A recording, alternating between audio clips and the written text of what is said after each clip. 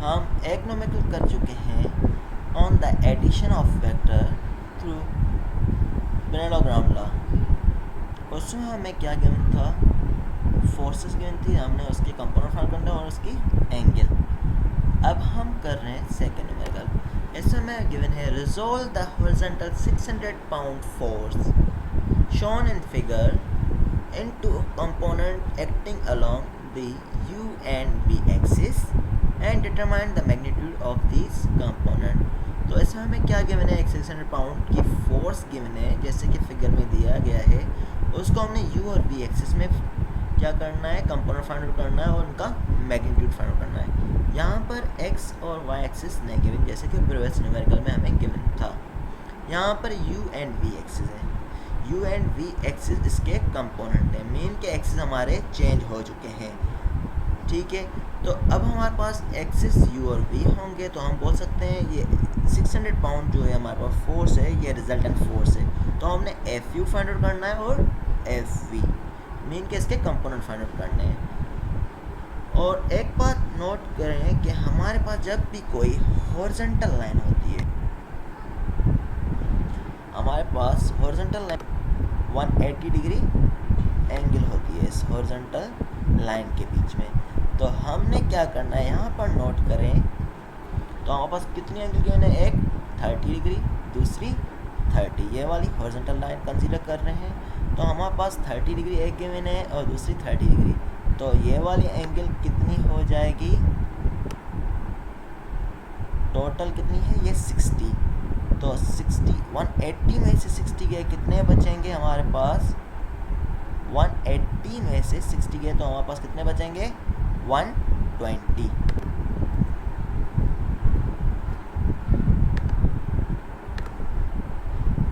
तो ये वाली एंगल कितनी हो जाएगी हमारे पास, ये वाली एंगल हो जाएगी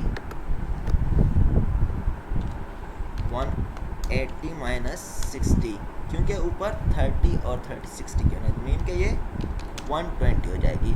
तो इस फोर्स को हम बाद में रिजोल्व कर सकते हैं। क्या हम इस फोर्स को रिजोल्व कर सकते हैं? अब देखो, इस फोर्स को अगर हम रिजोल्व करें यू एक्स की तरफ, एक तो हमारे पास ये वाली डायरेक्शन बन जाएगी। सपोज करें मैं एक फोर्स ले रहा हूँ,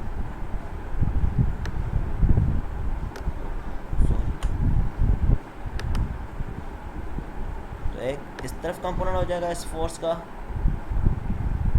दूसरा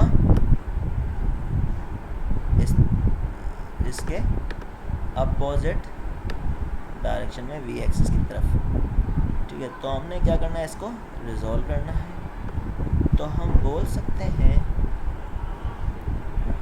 इसके दो कंपोनेंट होंगे, इनको हमने क्या करना है, पैरेललोग्राम लॉ के मुताबिक इन फोर्सेस को हमने रिजोल्व करना है, ठीक है। तो न्यूमेरिकल की फिगर पे आ जाते हैं। अब देखें, ये हमने u और v एक्सिस रिजॉल्व किया, तो इसका एक कंपोनेंट इस तरफ बनेगा और दूसरा v का कंपोनेंट इस तरफ बनेगा। तो पैरेललोग्राम हमारा बन सकता है। सपोज करें हमने एक कंपोनेंट इस तरफ है, दूसरा कंपोनेंट इस तरफ है, ठीक है। तो हम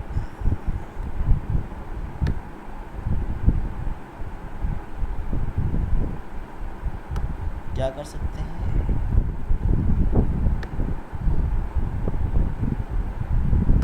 इस फोर्स को इस तरह, v का कंपोनेंट इस तरह रिजॉल्व हो गया, ये वाला और ये वाला इस तरह रिजॉल्व हो गया। तो ये हमारा पैरेललोग्राम बन गया।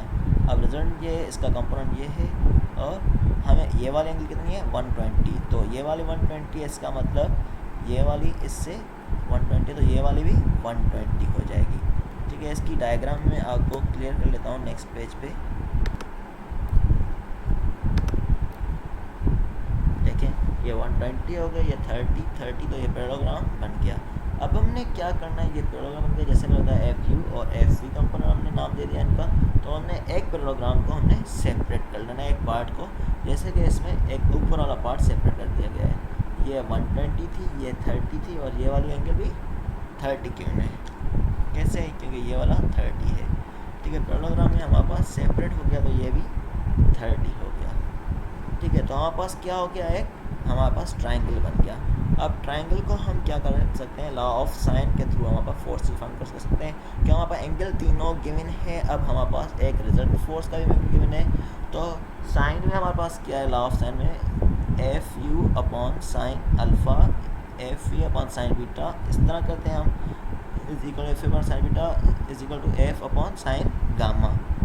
तो हमारे पास 600 पाउंड गिवन है, तो इसके एफ यू अपॉन हमारे पास sine 120 is equal to 600 upon sine 130 ले सकते हैं। देखें जैसे कि इसमें क्या है, एफ यू गिवन है, इसकी अपोजिट एंगल 120 है, तो इसलिए साइन 120 ले लिया, और 600 उसके अपोजिट एंगल साइन 30 है, तो साइन 30 लेंगे तो हमारे पास एफ यू मिल जाएगा पाउंड में, क्योंकि हमारे पास पाउंड में फोर्स गिवन थी। इस तरह एफ वी के लिए हमारे पास क्या करेंगे, एफ वी अपॉन साइन 30, और अब एफ यू भी ले सकते हैं 600 के, आपकी मर्ज़ी है। तो इसने लिया हुआ है 600 अपॉन साइन 30। अगर आप ये ना लेना चाहें तो आप दूसरा मेथड भी यूज़ कर सकते हैं। उसमें क्या होगा, हमारे पास इसकी जगह होगा एफ यू हमारे पास कितना आया है 1039 अपॉन साइन 120 हो जाएगा। अगर आप ये वाली पोर्शन नहीं लेना चाहते तो इसकी जगह हमारे पास हो जाएगा 1039 अपॉन साइन 120। तो आंसर सेम आएगा आपका एफ वी का 600 पाउंड। तो हम बोल सकते हैं इस फोर्स का एफ यू जो हमारे पास मिला है, हॉरिजॉन्टल कंपोनेंट जो है 1039 और वर्टिकल कंपोनेंट 600 पाउंड। इस तरह के सेम न्यूमेरिकल हैं, आपको होमवर्क हैं, ये असाइनमेंट में भी इंक्लूडेड होंगे। आप इनकी प्रैक्टिस करें, और हो सकता है मैं इनकी असाइनमेंट को आपसे मांग लूँ। एक ये वाला न्यूमेरिकल है, इससे आपने क्या determine the magnitude of resultant force F R is equal to F one plus F two and its direction. तो एक रिजल्टेंट फोर्स गिवन है एफ आर, उसका एफ वन और एफ आर आपने फाइंड आउट करना है, एफ वन और F two force given है एंड इट्स डायरेक्शन। तो रिजल्ट की डायरेक्शन मालूम करनी है। Measure clockwise from positive axis, clockwise measure करते हैं फ्रॉम पॉजिटिव एक्स एक्सिस से। ठीक है, F one F two given है, आपने एफ आर फाइंड आउट करना है, उसकी एंगल फाइंड आउट करनी है। ये वाला होमवर्क रखिएगा आपको। इस तरह का ये वाला भी है, इसमें भी आप कर लेंगे। ये 2 होमवर्क हो गया आपका, और तीसरा ये भी होमवर्क है आपको। ये तीनों करेंगे आप।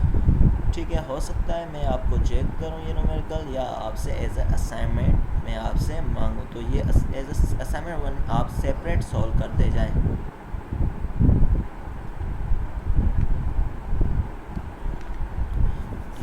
अब हमारे पास सिस्टम ऑफ फोर्सेस या फोर्स सिस्टम। जब when two or more forces act on a body they are called to form a system of forces। जब भी 2 या 2 से ज़्यादा फोर्सेस किसी भी बॉडी पे एक्ट करेंगी तो तब हमारे पास सिस्टम ऑफ फोर्सेस फॉर्म होता है। ठीक है, तो उस सूरत में हम क्या कहते हैं, एक सिस्टम ऑफ फोर्सेस फॉर्म होगा, क्योंकि एक से ज़्यादा फोर्सेस किसी बॉडी पे एक्ट की गई तो उस हिसाब से उसमें चेंजेस होंगी बॉडी में। ठीक है, तो क्लासिफिकेशन ऑफ फोर्सेस यहाँ की गई है। ठीक है, बाय डिफरेंट मेथड। तो नॉर्मली यहाँ पर बताया गया है, एक तो क्लासिफिकेशन ऑफ फोर्स सिस्टम है बाय कोप्लेनर, दूसरा है नॉन कोप्लेनर। कोप्लेनर फोर्सेस किसको बोलते हैं, ऐसी फोर्सेस जिसका लाइन ऑफ एक्शन हमेशा सेम प्लेन पे हो।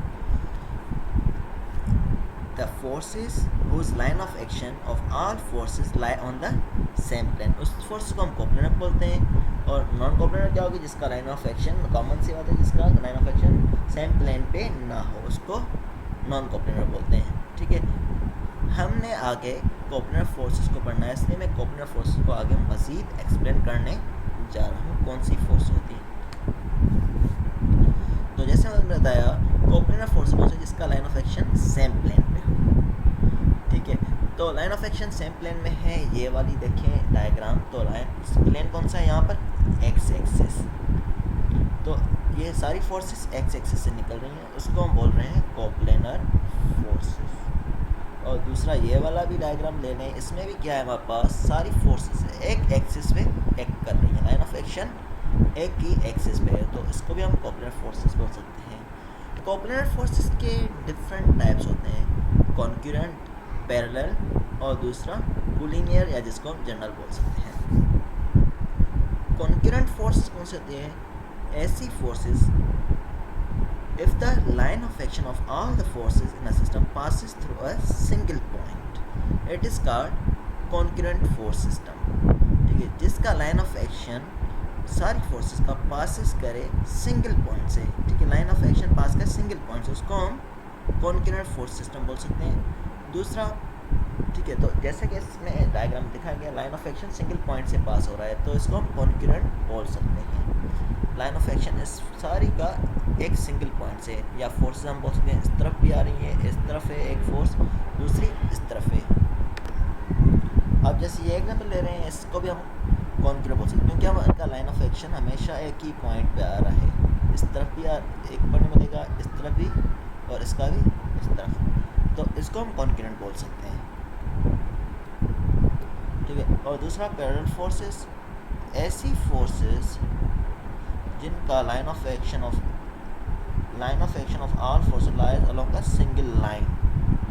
All of forces, parallel force कौन से थे? All forces are parallel to each other, जिसमें सारी फोर्सेस पैरेलल हो एक दूसरे के। जैसे कि इसमें बताया गया है पैरेलल है ये फोर्स, ये भी पैरेलल है, ये भी पैरेलल है, एक दूसरे के पैरेलल है। ठीक है, और जनरल या कोऑर्डिनेट फोर्स को if line of action of forces lies along a single line, line of action हमेशा सिंगल लाइन की तरफ हो, उसको आप बोलते हैं कोऑर्डिनेट। इसकी मजीद एक्सप्लेनेशन नेक्स्ट स्लाइड में है। डायग्राम भी दिखा देता हूँ आपको क्या है इसमें, किस तरह से होती है रियल में।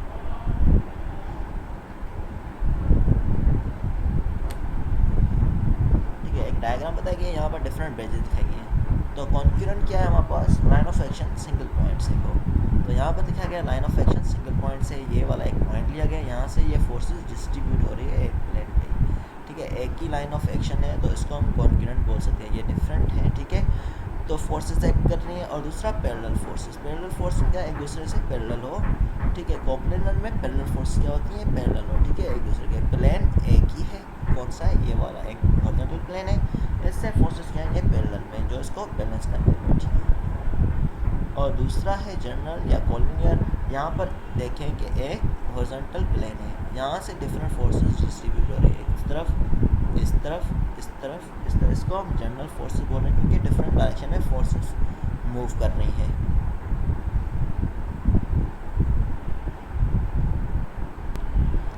अब हमारे पास क्या है? Addition of system of force, coplanar forces. ठीक है, तो आपने क्या करना है? Addition system of coplanar forces करना है।